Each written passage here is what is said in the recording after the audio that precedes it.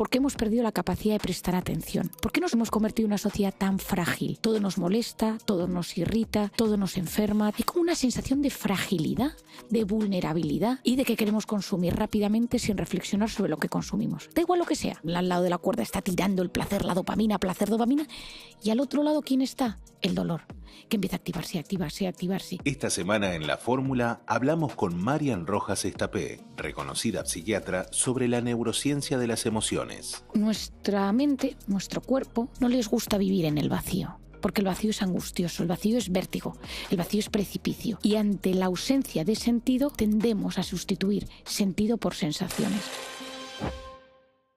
Marian, un placer enorme tenerte acá. De hecho, recién te comentaba un poco que cuando nos llegó la noticia Infobae que ibas a viajar a Buenos Aires, hubo una pequeña guerra entre entrevistadores por poder hacerte esta nota, así que feliz de tenerte acá. Sos muy viral, te diría que sos la médica tal vez más viral en el mundo de habla hispana. ¿Qué te sucede con eso? No lo sé, lo vivo como... Bueno, antes de nada, gracias por este rato y gracias por entrevistarme, Mili. Yo siempre digo que esto lo estoy viviendo como algo ajeno a mí. Te lo explico. Es decir, yo me paso el día en mi consulta viendo pacientes. Entonces, tengo una vida muy normal. Soy una persona muy normal, casada, con niños, hago una vida bastante normal. Y me dedico como médico a ver pacientes en mi consulta. Lo que pasa es que hace unos años, pues con la ilusión de empezar a divulgar sobre lo que en ese momento era importante en mi vida, que era la experiencia que yo había tenido en Camboya, en el mundo de la prostitución infantil, empecé a impartir sesiones. Mi padre, el doctor Enrique Rojas, que es muy querido en este país, pues daba muchas conferencias y a veces cuando terminaba pues yo contaba alguna cosa y la gente le empezó a interesar de lo que yo hablaba. Y entonces tuve la suerte de que la editorial Planeta se puso en contacto conmigo y me dijo, escribe un libro. Y mi padre siempre me había dicho, a través de los libros se puede ayudar, a través de los libros se puede inspirar. Y entonces yo dije, bueno, pues a ver qué sucede. Y escribí Cómo hacer que te pasen cosas buenas, ese libro que me ha dado tantísimas alegrías porque ha llegado a lugares insospechados, a ayudar a personas que jamás me hubiera podido imaginar. Y me di cuenta que había otra forma de ayudar, aparte de la consulta, que al final es muy limitada porque el día tiene las horas que tiene. Y que los libros son una manera de acercar a las personas contenidos de la mente, de las emociones, de la neurociencia, en los cuales las personas se sienten identificados. Las personas sufren síntomas físicos o psicológicos y no hay nada mejor que entender lo que nos pasa, porque comprender es aliviar. Si yo comprendo lo que me está sucediendo, me siento aliviado y soy más capaz de gestionarlo. Y ahí empezó pues, a hacer esa divulgación pues, en medio escrito, en vídeos, en podcast, para intentar ayudar a las personas. Sí, soy una total creyente de que ayuda mucho de verdad y cuando uno empieza a comprender, al menos le da una sensación de tranquilidad. Me quiero meter, si querés, con la base de lo que creo que es lo fundamental de tu libro, que es cómo nos volvimos una sociedad completamente adictos al placer, a ese placer instantáneo, y cómo esto en realidad trae muchas consecuencias negativas en lo que es nuestro sistema de recompensa, el balance que tiene que existir entre placer y dolor. Sí, me parece que haces una apreciación importantísima. Todo esto comienza, la escritura de este tercer libro comienza, y te lo cuento en modo divertido. Yo estaba escribiendo otro libro, estaba escribiendo un tercer libro distinto a este, pero en mis conferencias y en parte de mi divulgación hablaba de este contenido, de la atención, de la dopamina, y en un momento dado me di cuenta que estaba escribiendo dos libros a la vez. Yo que no tengo tiempo para escribir uno, estaba escribiendo dos. Y entonces me senté con mi editor y le dije, a ver, tengo que decidirme, ¿no? Y entonces decidí cambiar a este, que es el que hemos publicado, Recupera tu mente, reconquista tu vida. Debido a mi trabajo en la consulta, yo observo. Y entonces cuando tú observas a la gente lo que te cuenta, sus dramas, sus fantasmas, pues sus miedos más profundos, sus inseguridades, de lo que se queja, tú a raíz de eso haces un diagnóstico de la sociedad. O sea, a todos nos pasa un poco de esto. Cuando escribí Cómo hacer que te pasen cosas buenas, pues sufrimos de estrés crónico. ¿Por qué? Pues ahí explicaba. El segundo libro, Encuentra tu persona vitamina, era cómo nos vinculamos con las personas, cómo influye nuestra infancia. Hablaba del amor, del sexo, de las personas vitamina. Y este libro era ¿por qué hemos perdido la capacidad de prestar atención? ¿Por qué nos hemos convertido en una sociedad tan frágil? Todo nos molesta, todo nos irrita, todo nos enferma, todo. Hay como una sensación de fragilidad, de vulnerabilidad y de que queremos consumir rápidamente sin reflexionar sobre lo que consumimos. Da igual lo que sea, comida, series, contenido en redes. Es decir, es ese consumo abundante Y eso está teniendo consecuencias, meterle fast a la vida, el que todo dependa de la pantalla, el no tener tiempo para frenar y reflexionar. Y ahí lancé este libro donde yo en el fondo hablo de 3 diagnósticos. El primer diagnóstico de lo que nos está sucediendo es que vivimos intoxicados de cortisol. El cortisol es la hormona del estrés y se activa en momentos donde estamos amenazados. El caso típico es que uno va por la calle, aparece un ladrón, te tira al suelo y te agarra lo tuyo y sale corriendo, ¿no? Pero el cortisol no solo se activa en la supervivencia más física, que te persiga un león, que te atraquen o que hay un terremoto, sino también en la supervivencia emocional. Que venga tu pareja y te diga, tenemos que hablar, he conocido a otra persona, es supervivencia emocional. Y ahí puede ser que se active un pico de cortisol.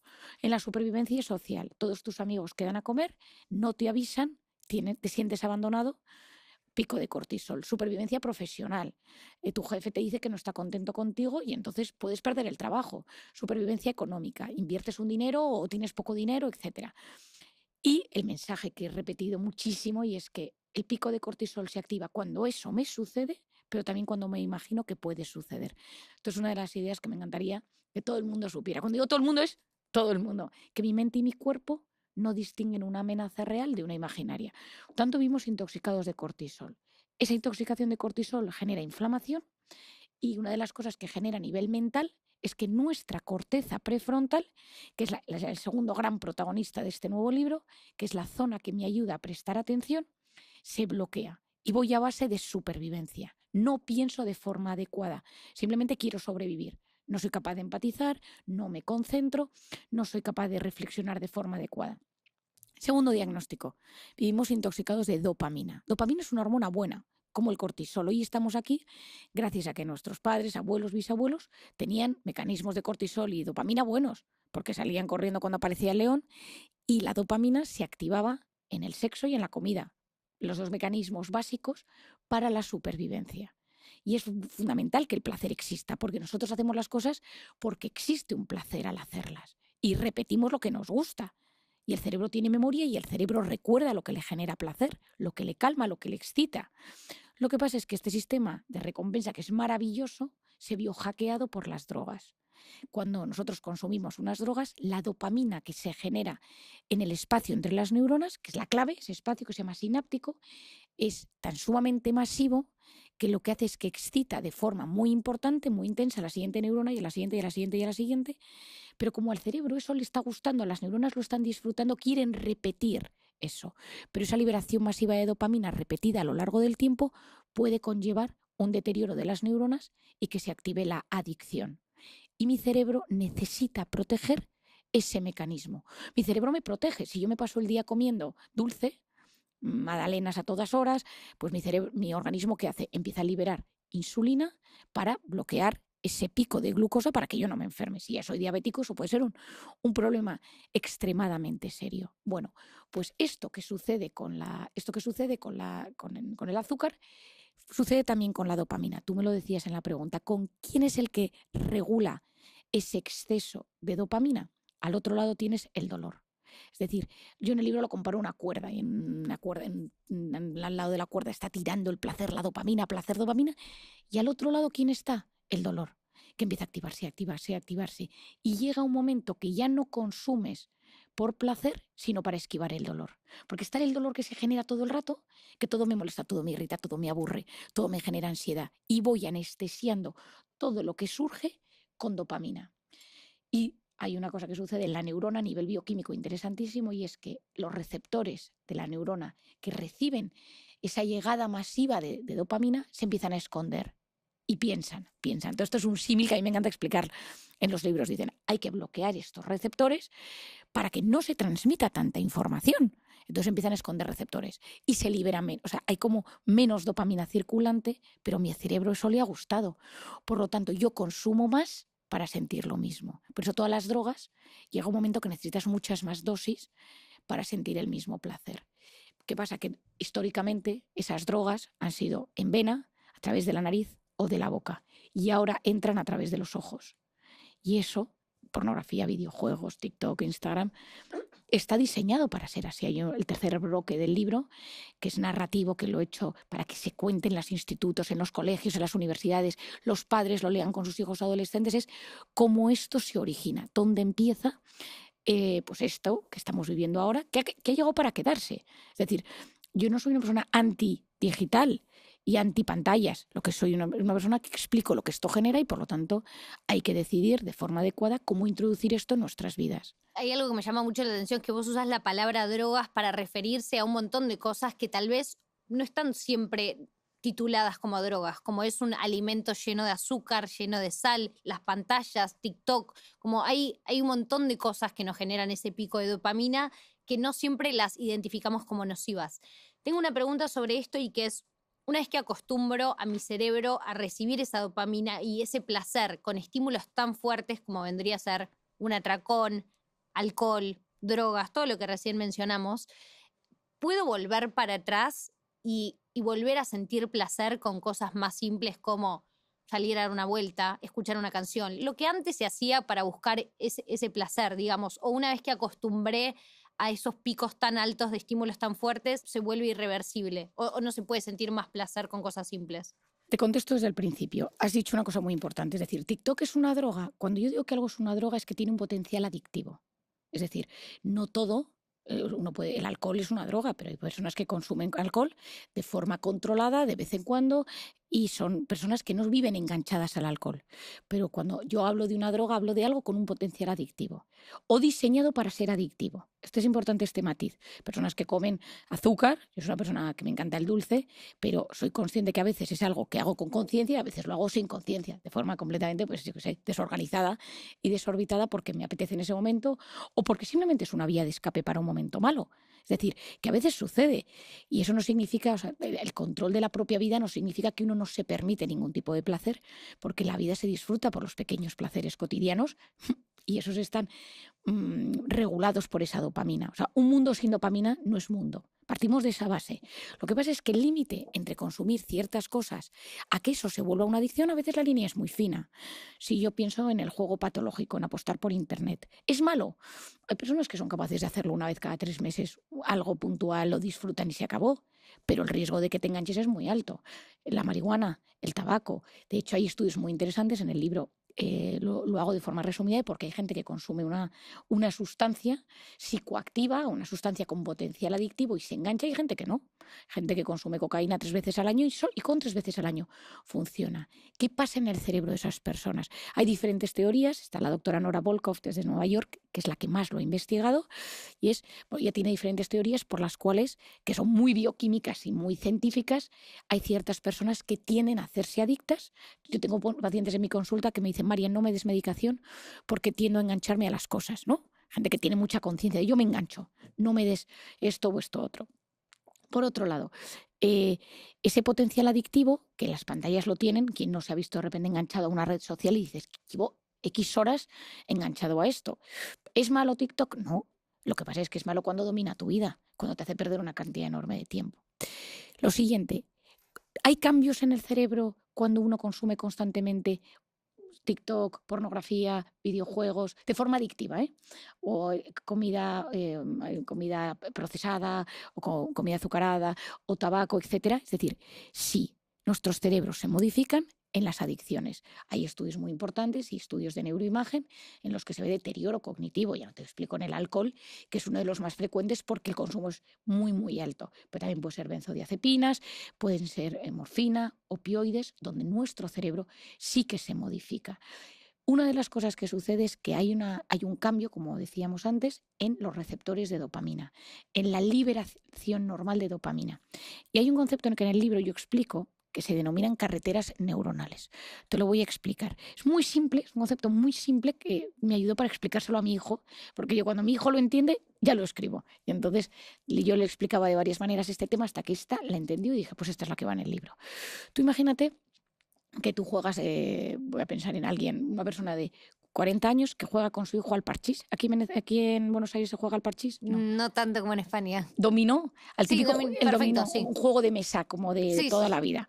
Y entonces empieza a jugar o al ajedrez o tal. Y entonces en ese rato de padre con hijo hay un placer. 5 bolitas de dopamina circulan por la carretera del dominó o del ajedrez.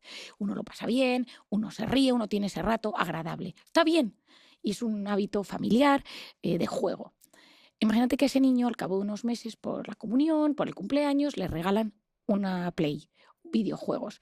Y ese niño empieza a jugar de forma compulsiva a eso. Digo compulsiva en el sentido que no deja de jugar. Mamá, quiero jugar hoy y otra hora más, por favor.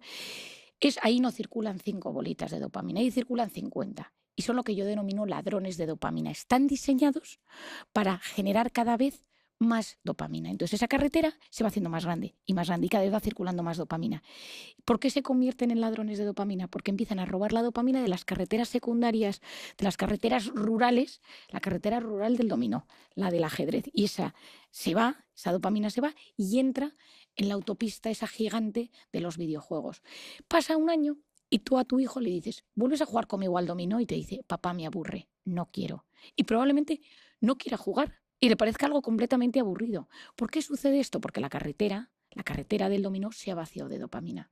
Y lo que le genera placer es el videojuego. Pues esto pasa con la lectura y las series. Tú lees por la noche un libro apasionante antes de irte a dormir, 50 bolitas de dopamina. Tú te enganchas a las series, 500 bolitas. Tú tienes relaciones sexuales con tu pareja, 100 bolitas, 150 bolitas. Empiezas a ver porno, 200, 300, 400 bolitas.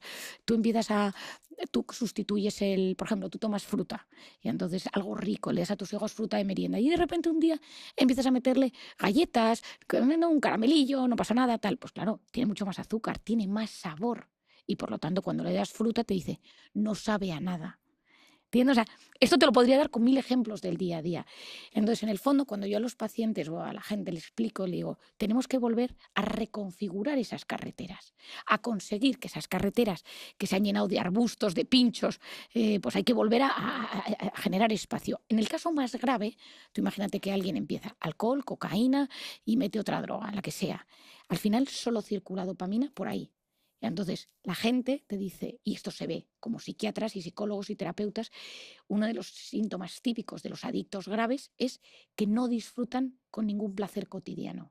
Otro día un paciente mío está enganchadísimo desde hace un año a la droga, a la cocaína, a diferentes drogas, y he intentado que lo deje, pero ha sido curioso, en el momento que su hermano, que es de un hermano mellizo al que adora, va a ser padre, y le ha dicho que él va a ser el padrino, y él nota que cuando su hermano se lo dice, a él le da igual. Dice, me dio igual. Y yo me conozco y sé lo sensible que he sido siempre. Y dije, que mi hermano me hace padrino de su primer hijo y a mí esto no me da ni un ápice de felicidad. Me da igual. O sea, lo sentí como vacío. ¿Qué me está pasando? Y entonces vino a verme y me dijo, ayúdame. Y entonces le dije, es que cuando tú vives enganchado a una droga, los placeres cotidianos, ir a visitar a tu madre, quedar con amigos, ir a ver un partido de fútbol, nada te llena. Lo único que quieres es estar enganchado a tu droga.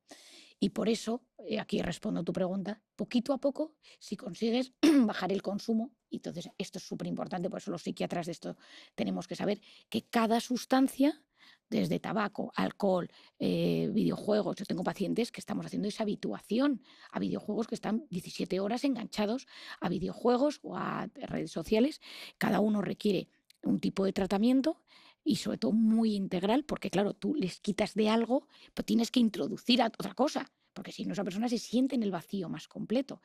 Y al cabo de 4 semanas se empiezan a reactivar esos receptores, esas carreteras se empiezan a modificar. Las personas que más saben del tema de adicciones en el mundo, la catedrática de Stanford, Nora Volkoff, etcétera, hablan de 4 semanas. Y poco a poco se va consiguiendo. Pero toda persona que ha sido adicta, es como el cerebro recuerda lo que le calma, el riesgo de recaída es mayor. Y por lo tanto son personas que se tienen que cuidar siempre para no recaer. Recién mencionabas el cerebro recuerda lo que le calma y hay una gran duda que tengo que es, explicas muy bien en tu libro cómo una conducta, un hábito que en muchos casos llevan una adicción, como veníamos hablando, está compuesta de 4 partes. Un estímulo primero, las ganas, la conducta y la postconducta. Vamos a poner el caso de una persona que toma alcohol, ¿no? O tiene el problema con el alcohol. Bueno, el estímulo sería, me siento ansiosa, me siento aburrida, quiero escapar de esto, aparecen las ganas de tomar alcohol, la conducta sería voy, me compro una botella de vino, imaginemos, ¿no? Y la termino. Y la postconducta, que es esta parte donde me interesa, viene con mucha culpa, un sentimiento horrible, resaca, malestar, todo eso que dura mucho más en el cuerpo que las primeras 3 etapas. ¿Por qué a la hora de generar un hábito el cerebro simplemente recuerda el momento en que uno se calmó y ese placer que fue tapado muy rápidamente, pero no recuerda lo mal que se siente esa postconducta, que en muchos casos es hasta más agresiva y más duradera en el cuerpo? Es buenísima la pregunta, mira. Hay varias explicaciones y yo te voy a dar un poco mi teoría, ¿no? Que es como un poco mi intuición de lo que es. La que te ayuda a ver más allá es la corteza prefrontal. Cuando tú eres adicto, la corteza prefrontal está muy dañada. Por eso la doctora Nora Volkow dice, los adictos son víctimas de su deterioro de corteza prefrontal.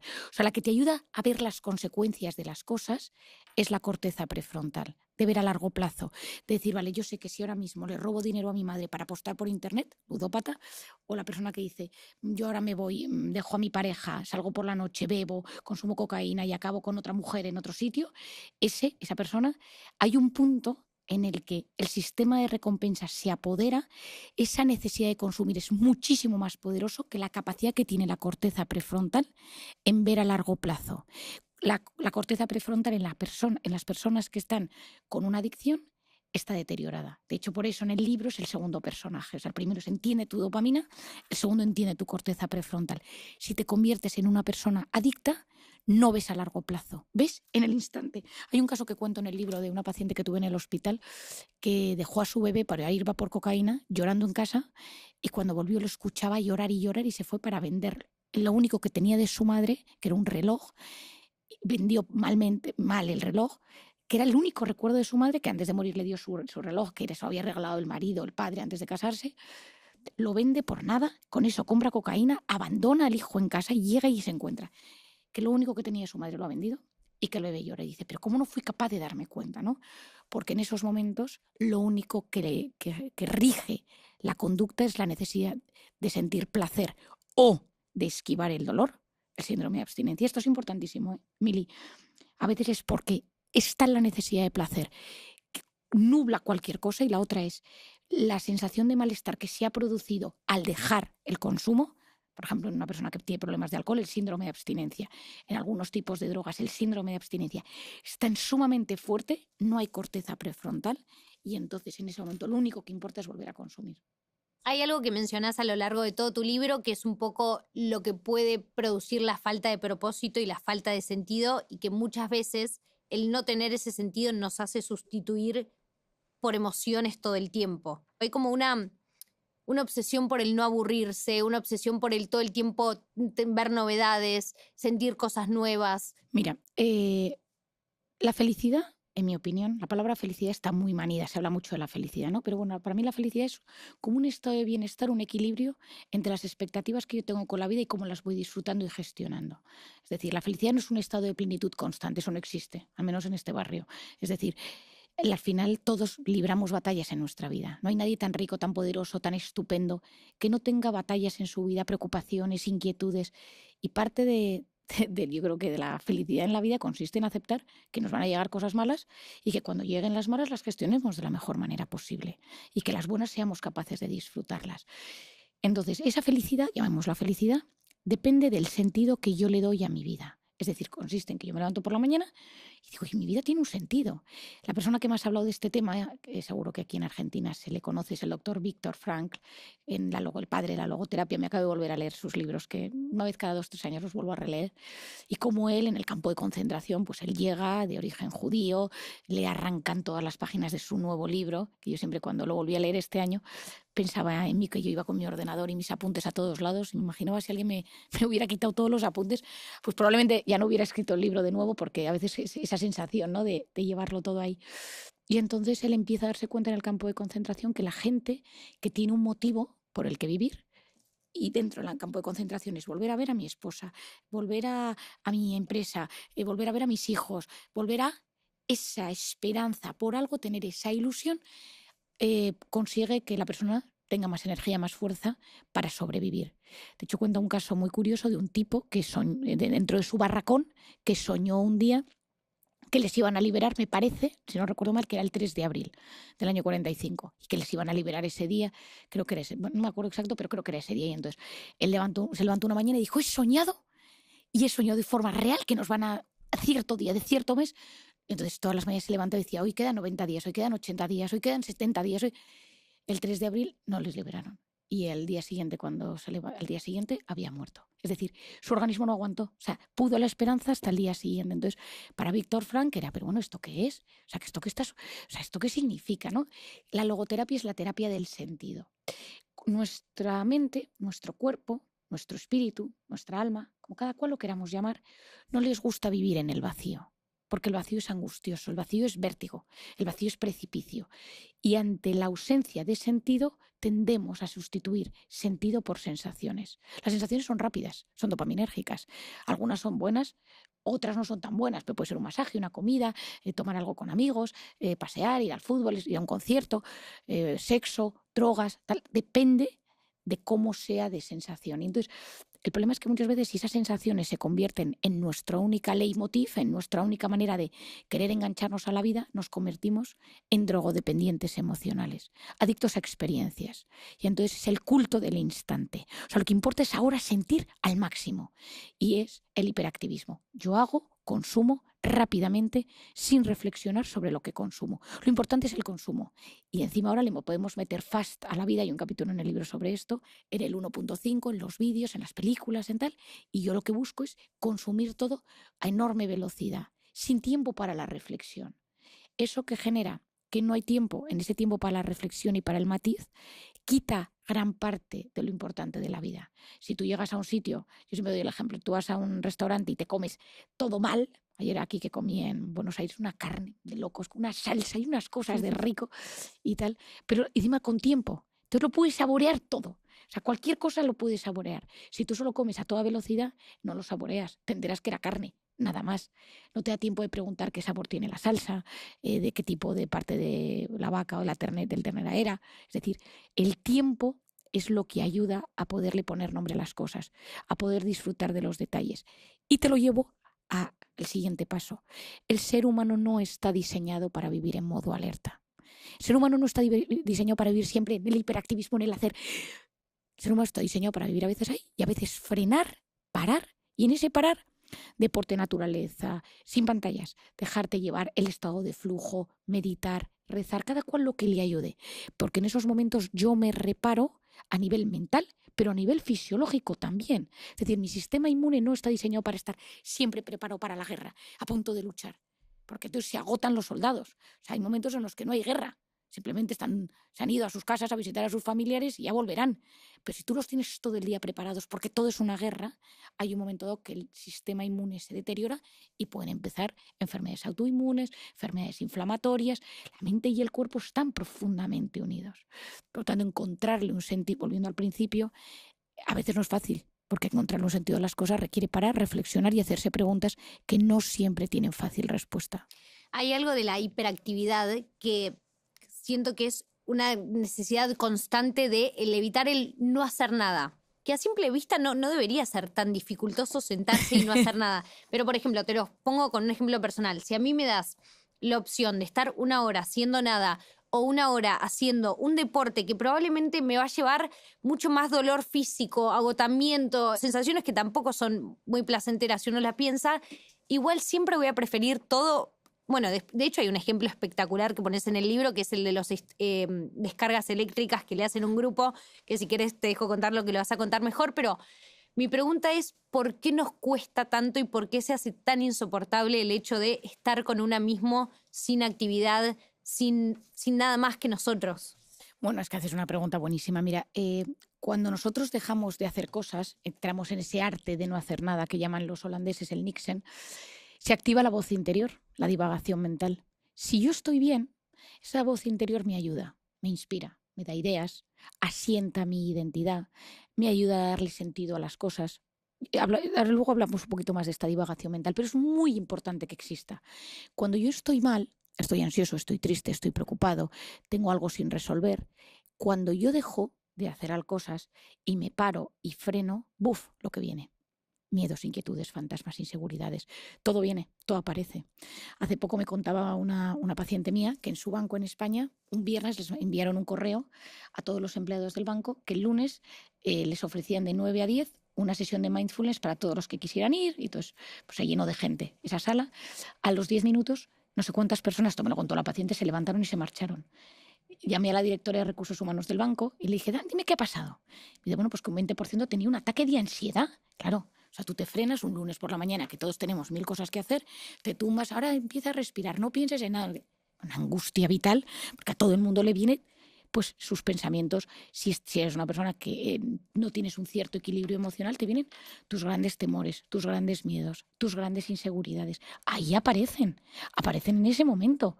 Entonces, cuando tú dejas de hacer, te enfrentas a tu voz interior. Y a veces esa voz interior no es nuestra mejor aliada. Es la que nos boicotea, la que nos dice, ten cuidado, no tienes que hacer esto. Me has dicho una cosa que también es importante. Hacer deporte genera BDNF, factor neurotrófico derivado del cerebro, una sustancia maravillosa. Hacer deporte es costoso, pero tiene un punto que genera dopamina endógena. Hacer deporte es costoso, pero a largo plazo, en el momento y en el post, este es hiperplacentero. Entonces hay algo dentro de mi cabeza que sabe que de primeras mi cuerpo le cuesta, pero de segundas mi cuerpo es agradecido.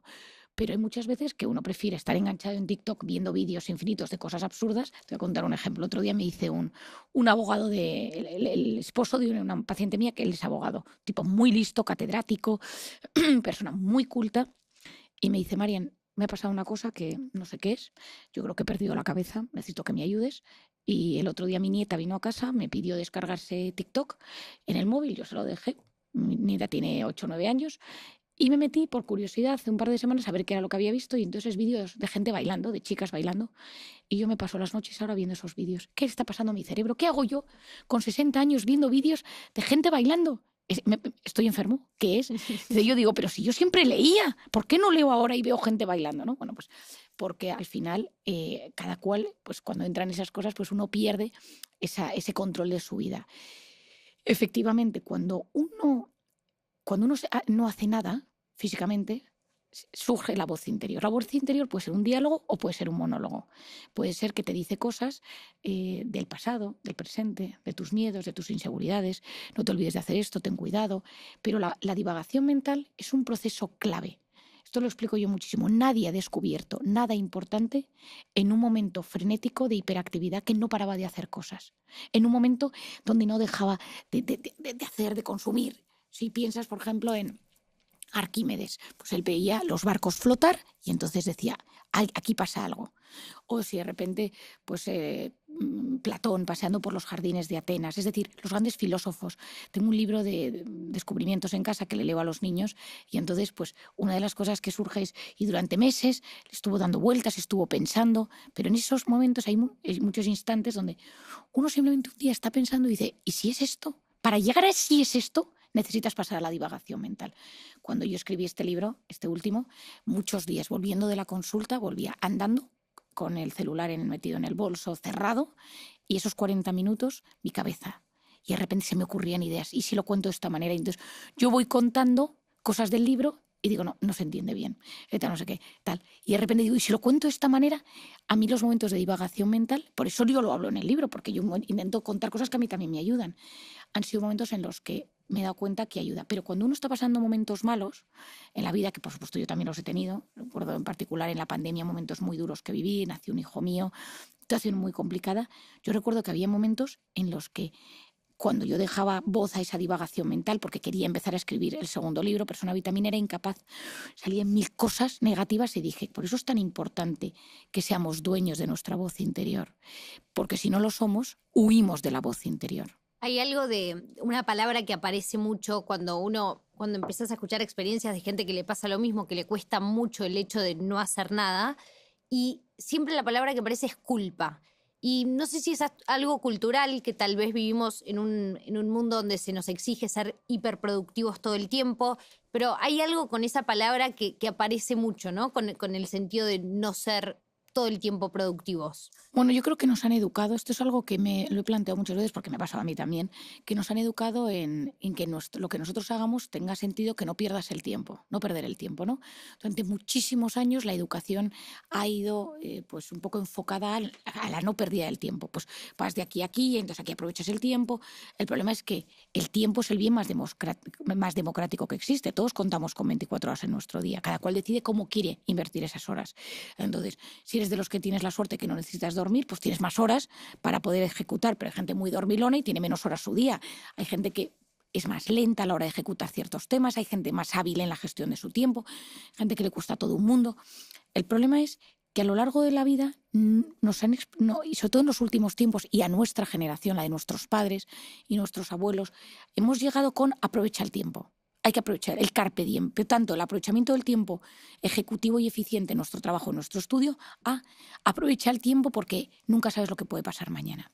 Entonces, cuando tú de repente ese tiempo lo dedicas a no hacer nada, que yo lo que digo en el libro para nuestros oyentes, es un aburrimiento permitido. Es decir, me aburro sin culpa. De repente dejo de hacer cosas sin culpa, 10 minutos al día, 15. O sea, es decir, no hablo del elogio a una pereza mala. Eso no estoy refiriéndome a eso, sino a soy capaz de gestionar un momento el descanso. O sea, descanso y dejo un reposo mental, cierta quietud mental, que eso es muy bueno, para que ya luego yo pueda ir introduciendo en ese reposo pensamientos de agradecimiento o cada cual como quiera trascender en esa parte pues más meditativa o contemplativa, que es muy buena para el cerebro y muy buena para nuestra conexión con el entorno. Pero a lo largo de la vida hay un concepto que lo llamo en Encuentra tu persona vitamina, lo llamo la grabadora, que yo creo que puede ayudar en esto para que la gente lo entienda. Cuando yo estaba en consulta, cuando estoy en consulta, una de las cosas que me sucedía hace unos años era que yo desactivo mucho voces interiores negativas. Entonces yo a mis pacientes les digo, ¿cómo te hablas tú? No eres suficiente, no te van a contratar, te vas a quedar solo, nadie te quiere, eres gordo, eres, no sé qué, físicamente, tal. O sea, esa especie de voz interior que a veces nos machaca. Y yo decía, ¿de dónde viene esta voz?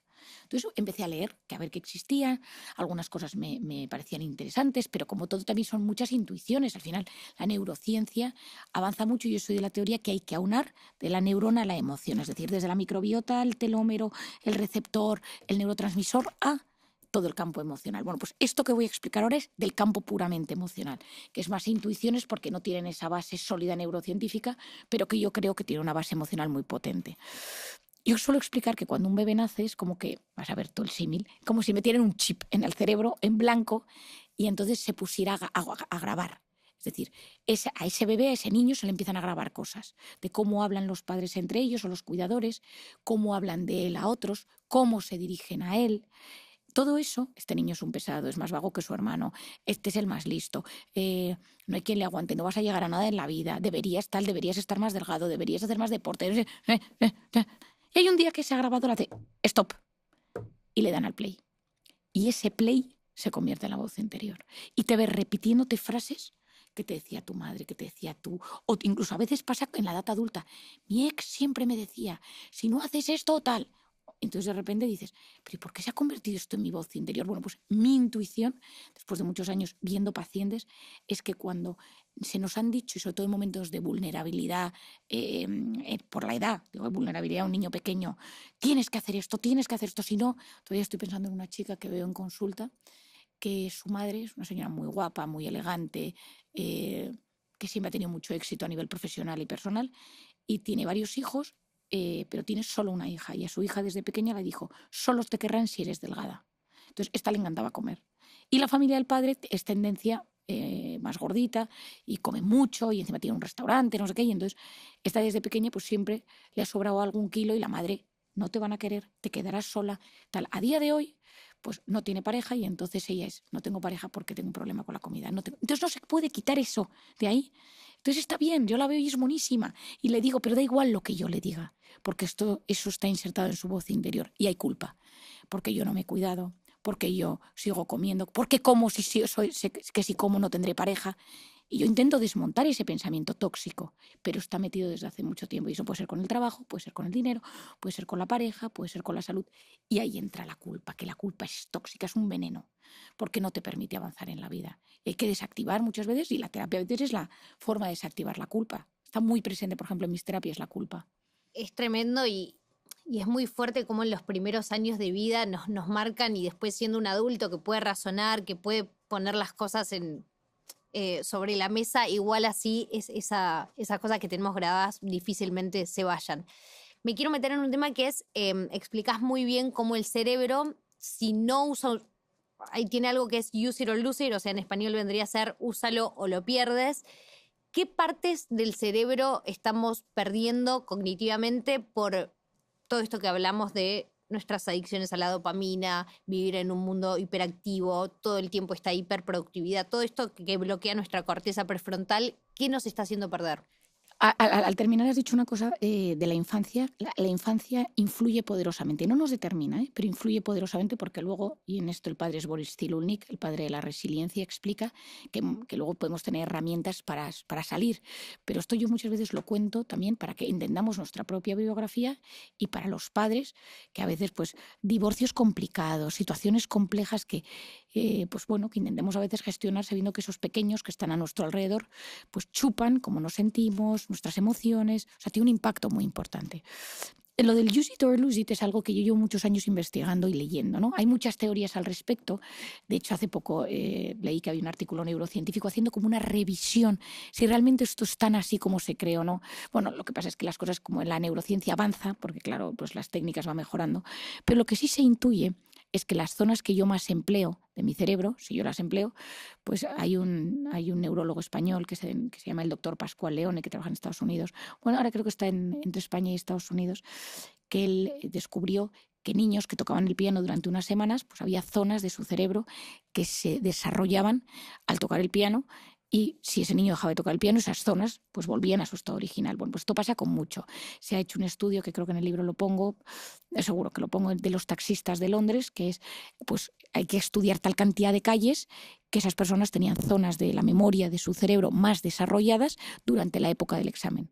Pues hay personas que hacen oposiciones, que no sé si aquí se llaman oposiciones, exámenes muy duros de especializarse en temas concretos de la medicina, temas jurídicos, etcétera, se desarrollan más áreas del cerebro. El deportista, pues que ejecuta más zonas de su cerebro a nivel físico. Bueno, pues a nivel de la corteza prefrontal, que es esta que nos interesa, que nos funcione bien, si yo no la uso, si yo la bloqueo, pues lo que se está viendo es que esa zona se desarrolla peor. Un poco lo que yo lanzo con este libro es protege tu corteza prefrontal, porque es la zona que te va a ayudar a gestionar, a tomar decisiones, a ser capaz de planificar, a ser capaz de posponer la recompensa, a ser capaz de ponerte en el lugar del otro. O sea, es una zona súper importante en la gestión de uno mismo, de nuestras propias emociones. Entonces, esa zona, si yo no la uso, es decir, es una zona que se convierte en algo pasivo porque todo llega desde fuera, yo no lo gestiono desde dentro. Ejemplo fácil, si uno usa Google Maps o Waze para todo, pues cada vez nos orientamos peor. O sea, aquí no se ha visto con el teléfono dando vueltas alrededor de 4 esquinas sin saber qué calle hay que meterse y dices, ¿en qué momento he perdido la orientación? Bueno, porque cada cual, si uno se deja solo orientar ya por los aparatos, pues cada vez se orienta peor. Recuerdo hace poco que le regalé a un hijo mío una brújula, como es pequeño, pues vamos al norte, pues vamos al sur. Y digo, es que yo no podría. O sea, claro, como no tiene, digo, yo no podría gestionar esto de esta manera. Bueno, pues en el caso de él, pues tenía más facilidad, porque no está todavía dañado por todo esto que usamos nosotros constantemente, que es una gran herramienta, ojo, pero que tenemos que saber que cuando usamos las herramientas vienen todas desde fuera y mi cerebro tiene que dejar de trabajárselas por sí mismo, esa zona pues va perdiendo sus habilidades. La ventaja es que si yo la vuelvo a trabajar, vuelve. Si yo trabajo mi capacidad de prestar atención, de volver a la lectura, de volver a realizar ciertos ejercicios, de volver a meditar, pues el cerebro se va modificando y es muy agradecido a la repetición de esos hábitos, de esas rutinas vitamínicas que yo llamo, que es hacer cosas que le hacen bien a mi cerebro, a mi organismo o a mis relaciones humanas. Me encantó. Y me quiero meter, justo hablando un poco de eso, en la última parte de la entrevista, que es contarle a la gente que nos está escuchando algunas, no creo que nos dé el tiempo para todas, pero algunas de tus rutinas vitamínicas, que me encanta ese término, como para paliar un poco o al menos intentar moderar esta vida de abusos de placeres que un poco llevamos. Algunas de las que me encantaron, bueno, aprender a aburrirse, hablamos un poco de esto, ayuno de dopamina y si querés, cómo abrazar el dolor. Empezamos con la que quieras. Vale, empecemos con abrazar el dolor. Dale. El abrazar el dolor es un concepto que cuando lo escribí, creo, y en el libro lo pone, digo, querido lector, no dejes de leer esto. O sea, si esto te incomoda, al escuchar Abraza el dolor, dame una oportunidad para explicártelo. Igual que explicábamos al principio, que en ese equilibrio del placer-dolor, en un lado está el placer tirando, tirando, tirando, y en otro lado está el dolor. Pues lo que se ha descubierto es que cuando tú permites microdosis de dolor, el organismo empieza a generar dopamina endógena para equilibrar esa cuerda. Es decir, yo me apetece un vaso de agua ahora y espero. Me apetece comer y espero un poco. Me apetece comprobar mi WhatsApp y espero. Me apetece, me duele, tengo un poco de frío, pero aguanto, no me quejo, no estoy... O sea, cada sensación que me llega no cubro esa necesidad en el instante, sino que permito una microdosis de malestar y de repente uno nota que eso va. Si esto lo exageras, si lo llevas un poco más, por ejemplo, aquí en Argentina la gente esquía mucho. Cuando tú vas a esquiar, pues el esquí tiene la bota que aprieta el frío que hace, te caes, el esquí, el no sé cuántos, tal. Pero qué sensación el apresquí. Es que qué sensación, el momento que te quitas la bota, llegas a un sitio, te tomas algo caliente, o sea, es indescriptible, pero viene porque has tenido un poquito de dolor, viene porque has sufrido un poquito de dolor. En España tenemos el Camino de Santiago, que tú caminas unos días hasta llegar a la Catedral de Santiago, y entonces tú vas pues con los caminos, te llueve, te hace frío, pues duermes en un saco de dormir por ahí, en cualquier lado, pero la gente te dice, llegas pues, a la Plaza del Obradoiro, en medio de Santiago de Compostela, y hay algo. Pero tiene mucho que ver con que esos días te ha costado conseguirlo. O sea, no te sientes igual si apareces en coche o en avión que si vienes de unos días de estar caminando por el monte, ¿no?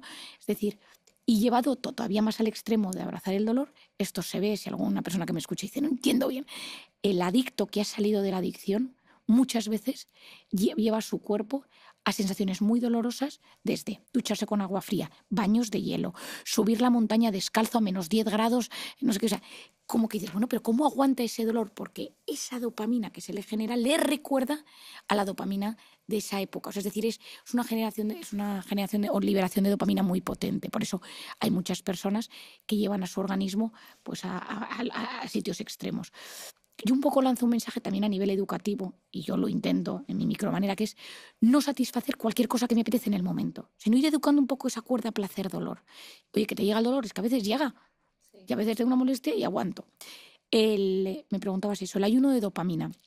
El ayuno de dopamina fue un concepto que se lanzó en Silicon Valley hace unos años, que fue viral, que fue ayunemos de dopamina. Estos nos adelantan porque estos son los que van más avanzados y se dieron cuenta de que todo este tema de la dopamina pues era un tema que realmente pues, es adictivo, ¿no? Todo este sistema de recompensa lo conocen muy bien, y como que lanzaron una especie de pues, proyecto de hagamos un día a la semana, un fin de semana al mes de ayuno de dopamina. ¿Cuál es la realidad? A día de hoy no somos capaces de controlar cuánta dopamina liberamos. Y no es bueno dejar de liberar dopamina, porque al final la dopamina está en cuando abrazo a mi pareja y llego a casa, cuando como algo rico y me gusta, cuando mantengo relaciones sexuales. Es decir, no podemos quitar la dopamina de nuestra vida, es maravillosa. Pero decir, de lo que yo estoy más enganchado, voy a quitármelo durante unos días. Si yo soy una persona que como mal, durante una semana voy a comer bien. Voy a intentar comer bien, significa más saludable. Y voy a quitar todo eso que es más dopaminérgico. O esta semana no voy a mirar TikTok. O esta semana no voy a jugar a videojuegos. O esta semana, es decir, en algo que yo sé que estoy un poco más enganchado, es decir, que libero más dopamina de la normal, o sea, tengo esa intoxicación, entre comillas, de dopamina, la voy a gestionar con un pequeño ayuno para ver qué pasa. Es que la gente es muy agradecida. Cuando eso lo hace, las personas te dicen, Marian, pero bueno, ¿cómo es posible? O sea, es que no sabes lo bien que me siento. Hay otro concepto en rutinas vitamínicas que me fascina, que es el estado de flujo o el flow, que el flow es un estado donde yo me pongo a hacer algo con un poquito de dificultad, pero esa dificultad no me bloquea, donde yo disfruto más del proceso que del llegar a hacerlo. Ejemplo, cocinero que se pone a hacer platos y de repente mira el reloj y han pasado 3 horas. El poeta que se pone a escribir sus poesías y de repente se ha pasado toda una mañana y se le ha ido la sensación del tiempo.